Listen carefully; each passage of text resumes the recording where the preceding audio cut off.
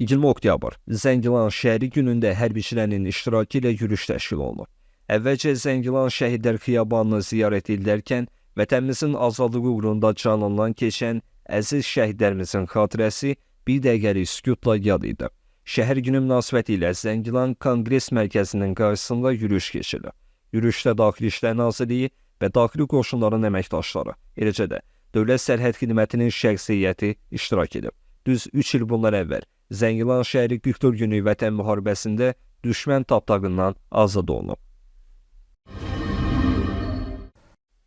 Azərbaycan 21-ci əsrdə kolonializmin davam etməsindən və kolonializmin yeni təzahürləri meyllərinin artmasından olduqca narahatdır. Bandung konferansından 70 ilə yaxın dövrün keçməsinə rəğmən kolonializmi hələ də davam etdirən ölkələr var. Belə ölkələrdən biri və birincisi Fransadır. Bu Azərbaycan Prezidenti İlham Əliyevin oktyabrın 20-sində Bakıda neokolonializm, İnsan hüquqlarının pozulması və ədalətsizlik mövzusunda keçirilən beynəlxalq konferansın iştirakçılarına ünvanladığı müraciətində əksini tapıb. Ümumiyyətlə, bəşəriyyətin kolonializm tarixinin qanlı cinayətlərinin çoxu məhz Fransa tərəfindən törədilmişdir. Afrika, Cənubi-Şərqi Asiya, Sakit Okean, Latın Amerikasında onlarla ölkəni işğal edən, sərvətlərini talan edən, xalqlarını uzun illər əsarət altında saxlayan Fransa, həmin əsrlərdə hərbi və bəşəriyyət əleyhinə çoxsaylı cinayətlər törətmişdir. Fransız silahlı qüvvələri etnik və dini mənsubiyyətinə görə 100 minlərlə dinc sakini soyqırıma məruz qoymuşdur. Dövlət rəhbəri qeyd edir. Separatçıların keçmiş rəhbəri Arayik Artunyan Bakıda həbsdə olsa da İrəvanda silahlı insidentdə adı hallanır.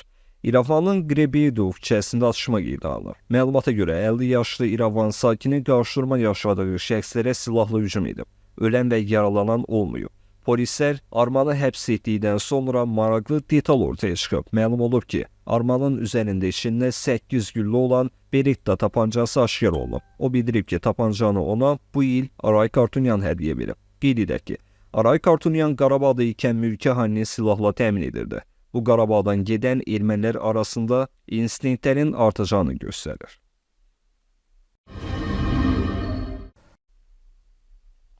Ermənistan işğal etdiyi Azərbaycan ərazilərində basdırdığı minalar nəticəsində təkcə son 3 ildə 340-a yaxın Azərbaycanlı mina qurban olub. Onların arasında mülki şəxslər də var. Bu iki ölkənin bir-birinə belə sıx bağlayan səbəblərdən biri də hər ikisinin mina terroru ilə məşğul olmaq təcrübəsidir. Bu Azərbaycan Prezidenti İlham Əliyevin oktyabrın 20-sində Bakıda insan hüquqlarının pozulması və ədalətsizlik mövzusunda keçirilən beynəlxalq konferansın iştirakçılarına ünvanladığı müraciətin əksini tapıb. Parisin İnsan Muzeyində müstəmləkə müharibələrində 21-ci əsrdə qətl yetirilən döyüşçülərin 18 min ədəd kəllə sümüyü saxlanılır və nümayiş edilir. Həmin kəllə sümükləri arasında Əlcəzairli döyüşçülərin də kəllə sümükləri var. Əlcəzairin həmin sümükləri geri qaytarmaq tələbi Fransa tərəfindən hələ də tam yerinə yetirilmir. 21-ci əsrdə dünyanın çox az dövlətində bu cür təfəkkürə rast gəlmək mümkündür. Qarabağdan köçən ermənilər etiraz aksiyası keçirərək qondarma rejimin İrəvandakı nümayəndəliyinin binasına daxil olub. Bu barədə Ermənistan kütləvi informasiya vasitələri məlumat yayıb. Məlumata görə, Qarabağdan köçən ermənilər keçmiş separatçı rejimin dövlət qurumlarında çalışan şəxslərin maaşlarının ödənilməsinə, xitam verilməsinə görə aksiya keçirir. Keçmiş qondarma rejimin prezidenti Samvel Şahramanyan insanların qarşısına çıxaraq müraciət edib, lakin aqressiya ilə qarşılaşıb. Qeyd edək ki, İrəvandakı Arsak operativ qərargahının da fəaliyyətini dayandırdığı açıqlanıb. Sizə deyəcəklərim həm Arsak, həm də Ermənistanın gələcəyi üçün böyük təhlükələri özündə birləşdirir. Bunu artıq ləğv edilmiş qondarma rejimin prezidenti Samvel Şahramanyan İrəvandakı nümayəndəlik binasına hücum edən ermənilərə müraciətində deyib. Hər birinizlə tək-tək görüşməyə və təfərrüatları açıqlamağa hazıram. Lakin anlamaq lazımdır ki, həm Arsak, həm də Ermənistan çox çətin vəziyyətdədir. Hər yanlış söz və hərəkət gözlənilməz nəticələrə gətirib çıxara bilər. Hamımız son dərəcə çətin vəziyyətdəyik. Burada olanlar vəziyyəti daha da qəlizləşdirirlər. Bizim başqa vətənimiz, Ermənistan Respublikası var. Onu təhlükəyə atmağa haqqımız yoxdur. Şahramanyan qeyd edir. Kanada Xarici İşlər naziri Melanie Joly Azərbaycana qarşı sanksiyaların tətbiqi ilə bağlı suala cavab olaraq əvvəllər bəyan etdiyi mövqeyini bir daha təkrar edib. Kanadanın baş diplomatının növbəti dəfə Azərbaycana qarşı əsassız iddialar irəli sürüb. Hər şey, o cümlədən deyilmiş məsələlər müzakirə olunur. Mən Kanadanın Azərbaycanla bağlı mövqeyini açıq şəkildə ifadə etmişəm. Tezliklə Ermənistana gedəcəm, sonra bütün qiymətləndirmələri yerindəcə təqdim edəcəm. O qeyd edib. Kanadanın anti-Azərbaycan mövqeyinə gəlincə, onun Fransanın yedəyində sürünənlərdən biri olduğu heç kimə sir deyil. Bu qərb ölkəsi 44 günlük müharibədə də ermənipərəst mövqeyi tutmuş, hətta Azərbaycana puan satdığına görə Türkiyəyə sanksiya tətbiq etmişdi. Kanada mediası Ukraynadakı effektiv işlərinə görə isə Türk puanlarını xilaskar mələk adlandırmışdı.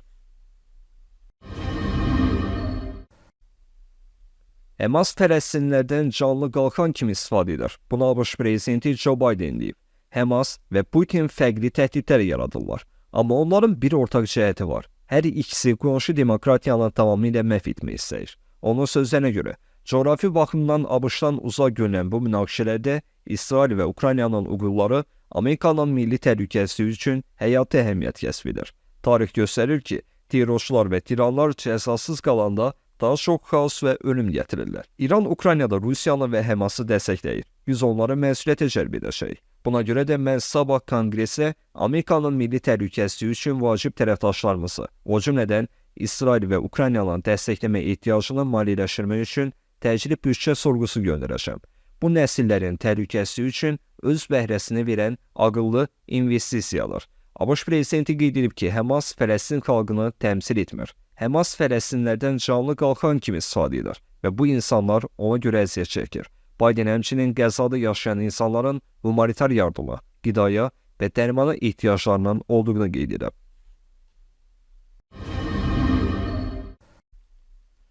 Ağ Ev, səhvən Həmas tərəfindən girov götürülmüş şəxsləri tapmaq və xilas etmək üçün çalışan elit ABŞ əsgərlərinin şəxsiyyətini deşifr edib. Bu barədə Ağ Evin Instagram hesabında paylaşım edib. Belə ki, səhifədə Bidenin ordunun terrorla mübarizə bölməsindən bir əskərin əlini sıxdığı anın görüntüsü paylaşılıb. Həmin fotoda ABŞ-ın Delta Force xüsusi təyinatlı döyüşçülərdən olan digər 3 əskərin də üzü aydın şəkildə görünüb.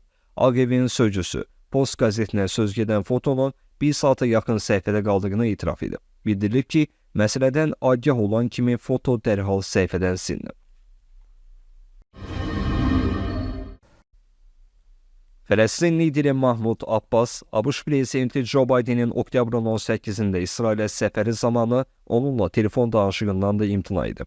Bu barədə İsrailin Kan radiosu Ramallahdakı mənbəyi istinadla məlumat yayıb. Məlumata görə, ABŞ rəsmiləri oktyabrın 18-də liderlər arasında telefon danışığı təşkil etmək istəyiblər. Lakin Abbas bundan imtina edib.